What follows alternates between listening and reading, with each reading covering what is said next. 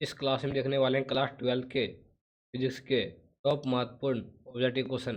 सभी विद्यार्थी इस क्लास को शुरू से लेकर अंत तक देखिएगा, क्योंकि इस क्लास से बहुत सारे क्वेश्चन बोर्ड एग्जाम में रहेगा ही रहेगा। चलिए अब क्लास को शुरू करते हैं। क्वेश्चन नंबर 1 है यहाँ पर, यह प्रवणता बराबर होता है। इसका जो सही उत्तर होगा option number C, D V बटे डी एक्स।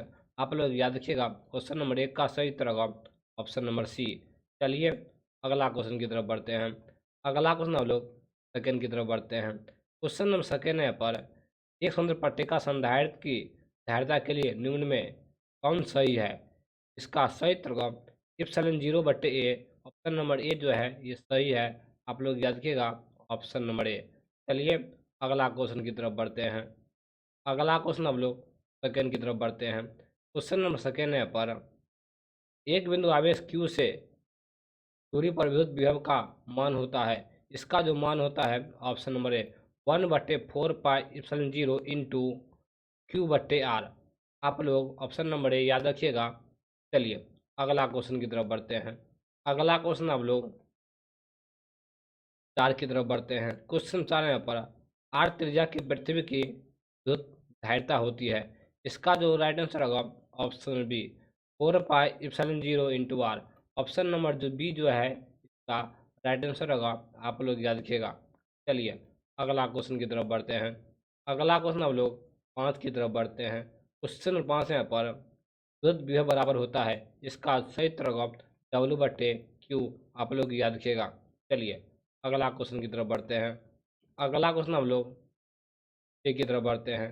क्वेश्चन नंबर 6 यहाँ पर, एक फ्राइडे बराबर होता है। इसका सही उत्तर होगा ऑप्शन नंबर बी, 1 कूलम प्रति वोल्ट। ऑप्शन नंबर सी इसका राइट आंसर होगा। आप लोग याद रखिएगा। चलिए अगला क्वेश्चन की तरफ बढ़ते हैं। अगला क्वेश्चन 7 है यहाँ पर, आवेशित चालक की स्थिर ऊर्जा होती है। ये जो होती है 1/2 coulomb volt square. Option number B इसका राइट आंसर होगा। चलिए अगला क्वेश्चन की तरफ बढ़ते हैं। अगला क्वेश्चन हम लोग 8 की तरफ बढ़ते हैं। क्वेश्चन नंबर 8 है यहाँ पर, किसी सूक्ष्म विद्युत द्विध्रुव के मध्य बिंदु से बहुत दूर आर दूरी पर विद्युत विभव समानुपाती होती है। ये जो होती है 1/r² के समानुपाती होती है। ऑप्शन नंबर सी आप लोग याद रखिएगा। चलिए अगला क्वेश्चन की तरफ बढ़ते हैं। अगला क्वेश्चन हम लोग 9 की तरफ बढ़ते हैं। क्वेश्चन 9 यहाँ पर, एक झट गुलाम डैश गुलाम है। ये जो है 1/3 × 10⁻⁹। ऑप्शन नंबर डी जो है इसका राइट आंसर होगा, एक झट गुलाम बराबर होता है एक गुलाम। Option number D.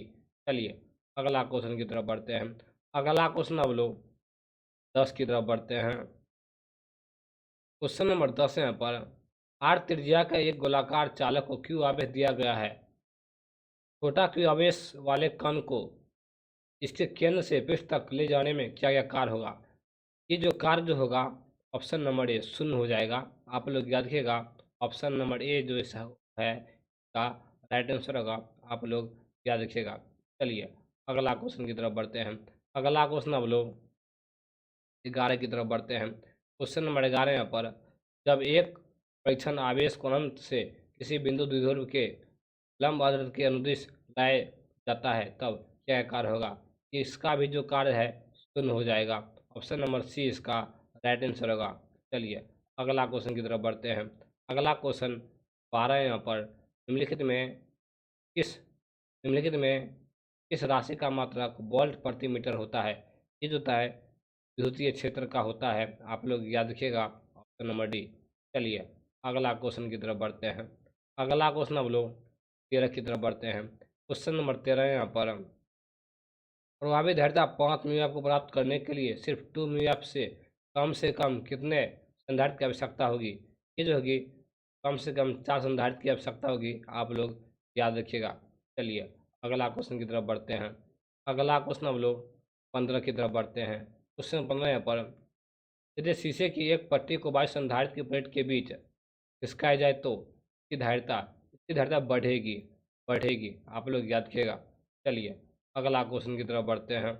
अगला क्वेश्चन हम लोग 16 की तरफ बढ़ते हैं। यदि 100 वोल्ट तक आवेशित करने पर एक संधारित्र की संचित ऊर्जा 1 जूल हो तो संधारित्र की धारिता होगी। इसका जो धारिता हो जाएगी option number B 2 × 10⁻⁴ farad. Option number B जो है इसका राइट आंसर होगा। आप लोग जो है याद रखिएगा। चलिए अगला क्वेश्चन की तरफ बढ़ते हैं। अगला क्वेश्चन हम लोग 18 की तरफ बढ़ते हैं। क्वेश्चन नंबर 18 यहाँ पर आवेशित संधारित्र पर संग्रहक पट्टिका और संघनन पट्टिका के आवेशों का योग होता है। इसका जो दोनों का योग होता है ये जो शून्य हो जाता है। चलिए अगला क्वेश्चन की तरफ बढ़ते हैं। अगला क्वेश्चन हम लोग 19 की तरफ बढ़ते हैं। क्वेश्चन नंबर 19 यहाँ पर दो समान धारिता वाले संधारित्र को समांतर क्रम में जोड़ने पर उसकी समतुल्य धारिता होगी। जब जब दो समान संधारित्र वाले संधारित्र को समांतर क्रम में जोड़ते हैं इसका जो धारिता हो जाएगा वो सी हो जाएगा। आप लोग याद रखिएगा। ऑप्शन नंबर ए इसका राइट आंसर होगा। Option number A. चलिए अगला क्वेश्चन की तरफ बढ़ते हैं। अगला क्वेश्चन लोग 20 की तरफ बढ़ते हैं। क्वेश्चन नंबर 20 यहाँ पर जो धारिता का मात्रक जो होता है ये फ्राइडे होता है। ऑप्शन नंबर सी इसका राइट आंसर होगा। चलिए अगला क्वेश्चन की तरफ बढ़ते हैं। अगला क्वेश्चन लोग 21 की तरफ बढ़ते हैं। क्वेश्चन नंबर 21 यहाँ पर एक प्रभावित समांतर पट्टिका संधारित्र की पट्टिकाओं के बीच डाल देने पर धारिता का मान जो हो जाएगा बढ़ेगा। ये जो है समांतर पट्टिका संधारित्र की पट्टिकाओं के बीच डाल देने पर इसका जो मान जो है बढ़ जाएगा। आप लोग याद रखिएगा। चलिए अगला क्वेश्चन की तरफ बढ़ते हैं। अगला क्वेश्चन आप लोग 22 की तरफ बढ़ते हैं। क्वेश्चन नंबर 22 यहाँ पर तीन संधारित्रों में प्रत्येक की धारिता 80 है। श्रेणी क्रम में जुड़े हैं उनकी तुल्य धारिता उनकी तुल्य धारिता जो हो जाएगी ऑप्शन नंबर सी C/3 हो जाएगी। आप लोग याद रखिएगा। तीन संधारित्र ऑप्शन नंबर सी C/3 इसका राइट आंसर हो जाएगा। चलिए अगला क्वेश्चन की तरफ बढ़ते हैं। अगला क्वेश्चन 23 यहाँ पर वर्निक रामचंद्र एक ऐसी युक्ति है जो उत्पन्न करती है। ये जो उत्पन्न करती है उच्च बोलता उत्पन्न करती है। आप लोग याद रखिएगा। चलिए अगला क्वेश्चन की तरफ बढ़ते हैं। अगला क्वेश्चन हम लोग 24 की तरफ बढ़ते हैं। क्वेश्चन नंबर 24 यहाँ पर समान संधारित्र के तीन संधारित्र को श्रेणी क्रम में जोड़ने पर तुल्य धारिता 6 म्यू होती है। यदि उन्हें समांतर क्रम में जोड़ दिया जाए तो उनकी धारिता जो हो जाएगी 54 म्यू हो जाएगी। ये जो क्वेश्चन कई बार बोर्ड एग्जाम में पूछ चुका है। आप लोग याद रखिएगा। चलिए अगला क्वेश्चन की तरफ बढ़ते हैं। अगला क्वेश्चन हम लोग 25 की तरफ बढ़ते हैं। दूध का धातु का प्रवृत्तांक होता है। इसका जो होता है अनंत होता है। ऑप्शन नंबर बी इसका राइट आंसर होगा। चलिए अगला क्वेश्चन की तरफ बढ़ते हैं।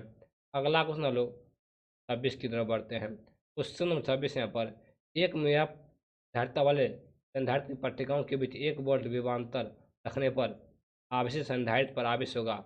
ये जो हो जाएगा 1 म्यूसी हो जाएगा। आप लोग याद रखिएगा। चलिए अगला क्वेश्चन की तरफ बढ़ते हैं। अगला क्वेश्चन हम लोग 27 की तरफ बढ़ते हैं। ये जो है सबसे इम्पोर्टेंट क्वेश्चन है। ये क्वेश्चन कई बार बोर्ड एग्जाम में पूछ चुका है। 64 समरूप बूंदे जिसमें से प्रत्येक की धारिता 5 म्यूएफ है मिलकर एक बड़े बूंदे बनाते हैं तो बड़े बूंद की धारिता 20 म्यूएफ हो जाएगी। आप लोग याद रखिएगा। Option number B. चलिए अगला क्वेश्चन की तरफ बढ़ते हैं। अगला क्वेश्चन एक है यहाँ पर निम्न में कौन सा पदार्थ संयुक्त तार बनाने के लिए सर्वाधिक उत्तम है। का सही तरह ऑप्शन नंबर सी तांबा। ऑप्शन नंबर सी तांबा। चलिए अगला क्वेश्चन की तरफ बढ़ते हैं। अगला क्वेश्चन हम लोग सेकंड की तरफ बढ़ते हैं। क्वेश्चन नंबर सेकंड है पर फ्यूज तार किस पदार्थ से निर्मित होती है। ये जो होती है ऑप्शन नंबर ए तांबा से। ऑप्शन नंबर ए तांबा से। इसका सही तरह ऑप्शन नंबर बी लेड निर्मित धातु से राइट आंसर होगा। Option number B. Option number B. चलिए अगला क्वेश्चन की तरफ बढ़ते हैं। अगला क्वेश्चन हम लोग 3 की तरफ बढ़ते हैं। क्वेश्चन नंबर 3 यहाँ पर 3 प्रतिरोधक जिनमें से प्रत्येक का प्रतिरोध आर है भिन्न भिन्न तरीकों से संयुक्त किए गए हैं इनमें से कौन प्राप्त नहीं हो सकता है।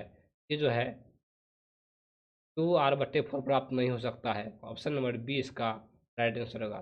चलिए अगला क्वेश्चन की तरफ बढ़ते हैं। अगला क्वेश्चन 4 यहाँ पर एक 10 ओम तार की लंबाई को खींचकर त्रिगुणल लंबा कर दिया जाए तार का नया प्रतिरोध हो जाएगा। ये जो 90 ओम हो जाएगा। आप लोग याद रखिएगा 90 ओम। चलिए अगला क्वेश्चन की तरफ बढ़ते हैं। अगला क्वेश्चन लोग 5 की तरफ बढ़ते हैं। क्वेश्चन 5 यहाँ पर एक 220 वोल्ट 1000 वाट बल्ब को 110 स्रोत से जोड़ा जाता है। बल्ब के द्वारा खपत की गई शक्ति होगी ये होगी 250 वाट हो जाएगी। आप लोग याद रखिएगा। चलिए अगला क्वेश्चन की तरफ बढ़ते हैं। अगला क्वेश्चन 6 पर घप का प्रथम नियम एवं द्वितीय नियम क्रमशः आधारित है। ये जो है आवेश संरक्षण एवं ऊर्जा संरक्षण पर आधारित है। ऑप्शन नंबर डी इसका राइट आंसर होगा। चलिए अगला क्वेश्चन की तरफ बढ़ते हैं। अगला क्वेश्चन 7 पर तापक्रम बढ़ने पर यदि प्रतिरोध घटता है तो वह जो है अर्धचालक है। ऑप्शन नंबर बी इसका राइट आंसर होगा। चलिए अगला क्वेश्चन की तरफ बढ़ते हैं। अगला क्वेश्चन 9 पर आपको एक एक ओम का 3 प्रतिरोध दिया गया है। इनके संयोजन से न्यूनतम प्रतिरोध प्राप्त किया जा सकता है। यह है 1/3 ओम प्राप्त किया जा सकता है। चलिए अगला क्वेश्चन हम लोग 10 की तरफ बढ़ते हैं। क्वेश्चन नंबर 10 यहाँ पर एक आदर्श वोल्टमीटर का प्रतिरोध ये जो होता है अनंत होता है। चलिए